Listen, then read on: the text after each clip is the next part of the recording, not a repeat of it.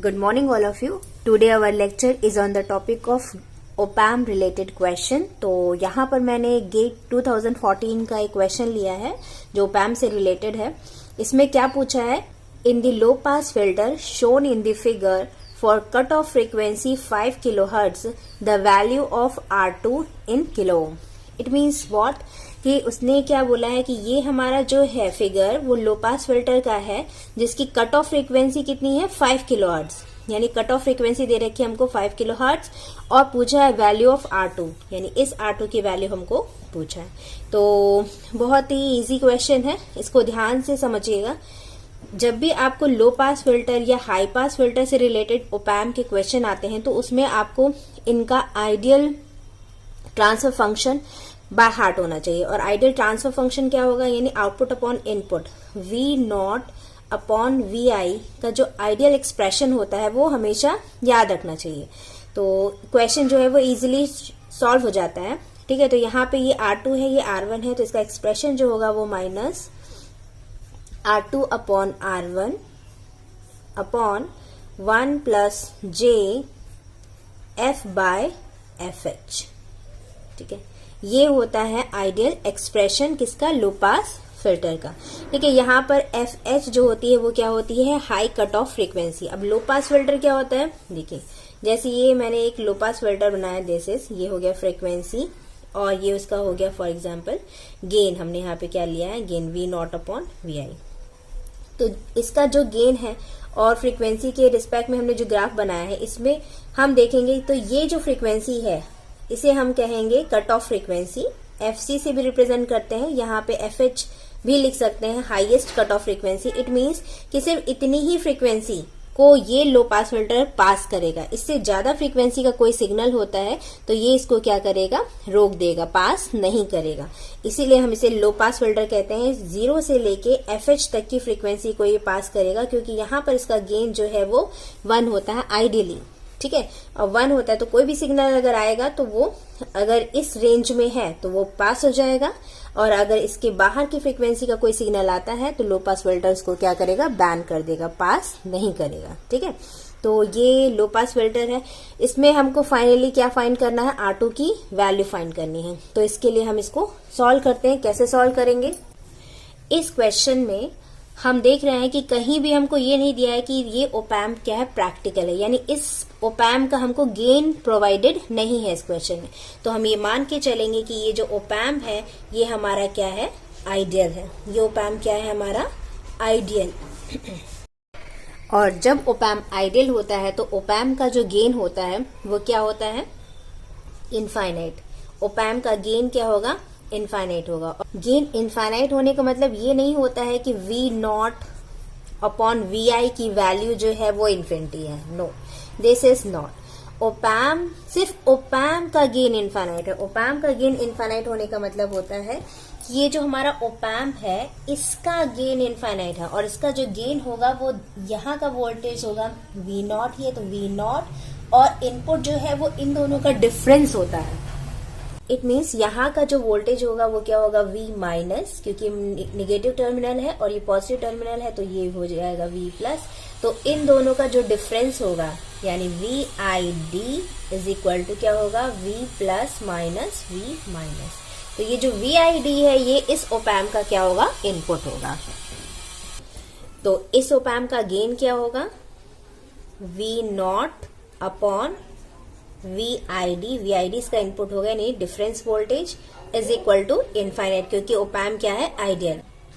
तो यहाँ पर VID क्या होगा, VID इज इक्वल टू 0, और VID क्या होता है, डिफरेंस, यानी V plus minus V minus is equal to 0, यानी V plus is equal to V minus, sorry V plus is equal to V minus.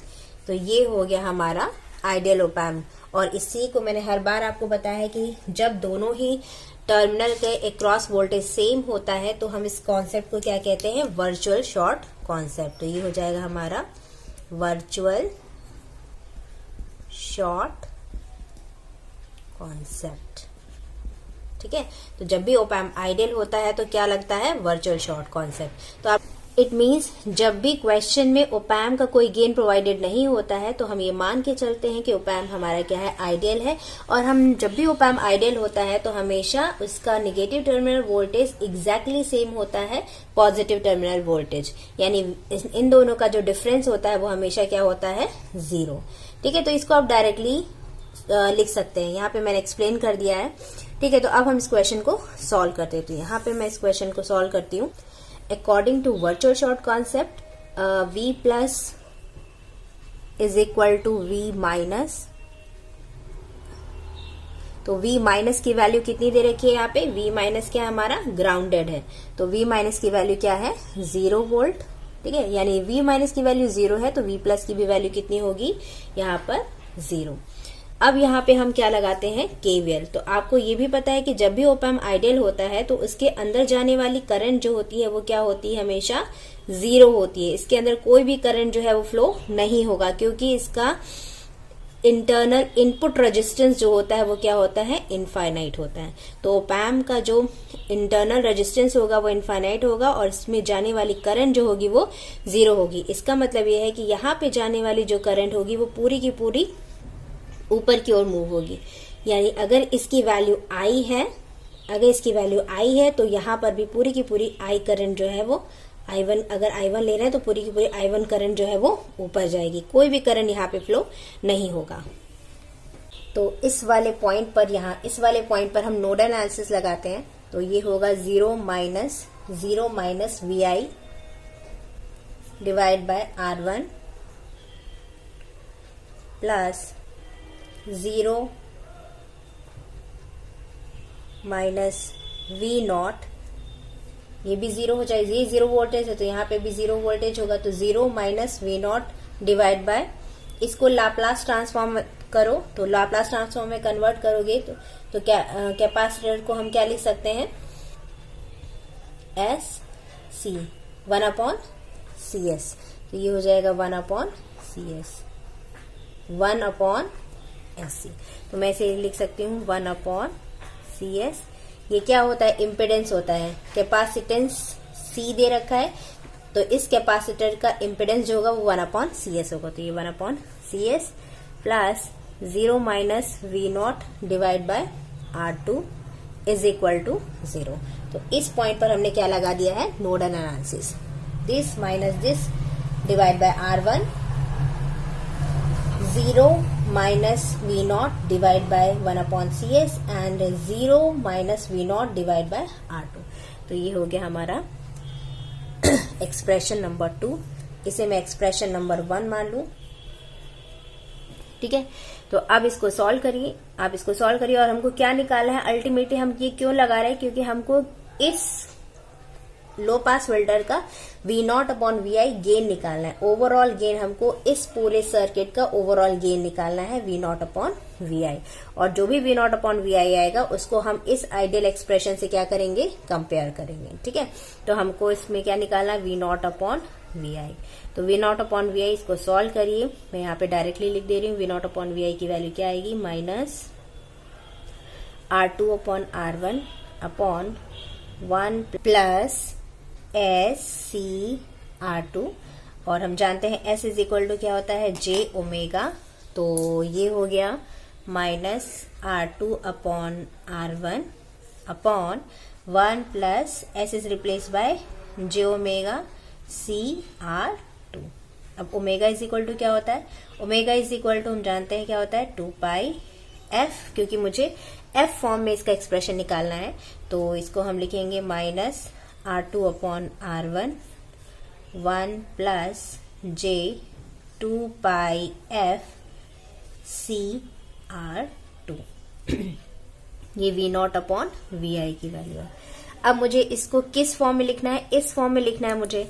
तो यहाँ पर क्या है, JF है और साथ में क्या है, FH। तो देखिए यहाँ पर मुझे F तो है, तो बाकी जो बचा है वो किसके फॉर्म में होगा, FH फॉर्म में, यानी FH की वैल्यू होगी। तो मैं इसको और सिंप्लीफाइड फॉर्म में कैसे लिख सकती हूँ, देखो माइनस R2/R1 डिवाइड बाय, इसको लिखिए, इस वाले को, यानी इस टर्म को हमको मेन लिखना है। तो यहाँ पर 1 प्लस मैं इसे यहाँ पे J ले लिया, और हमको क्या चाहिए F, तो हमने ये लिया F। तो बाकी बचा हुआ टर्म, बाकी क्या क्या बच गया, यहाँ पे क्या क्या बच गया, 2 पाई CR2, 2 पाई CR2 ये टर्म बचा है। तो मैं इसको लिख सकती हूँ F divide by 1 upon 2 pi CR2।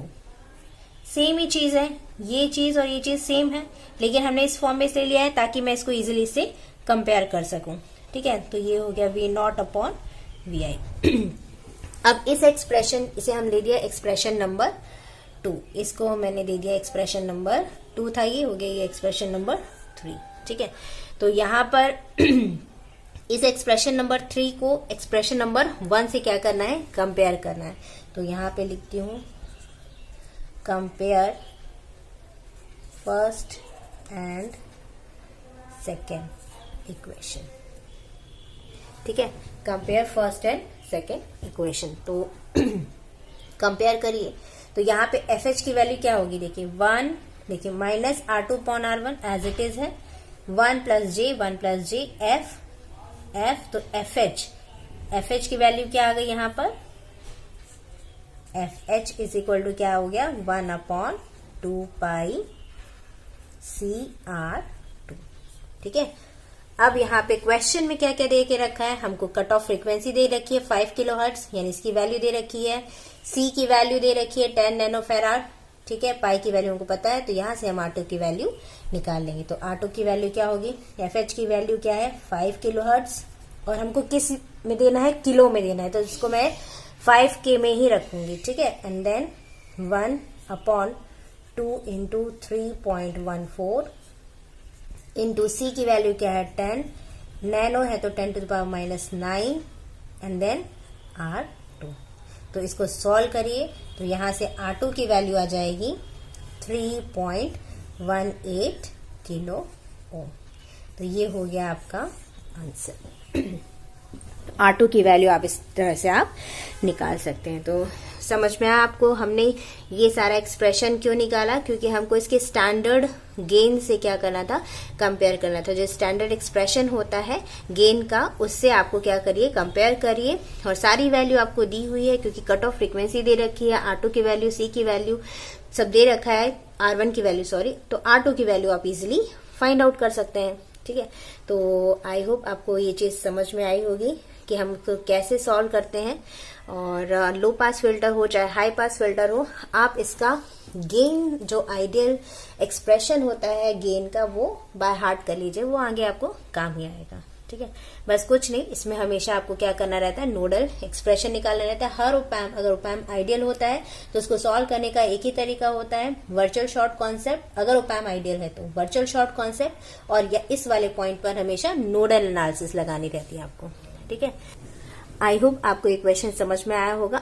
अगर आप मेरे चैनल पर नए हैं तो प्लीज सब्सक्राइब करिएगा, और अगर आपको ये लेक्चर समझ में आया, या मेरे सारे जो लेक्चर्स होते हैं वो आपको अच्छे लगते हैं, तो आप अपने फ्रेंड सर्कल में भी सर्कुलेट करिए, शेयर करिए इसको, और लाइक करिए। Thank you for watching and all the best.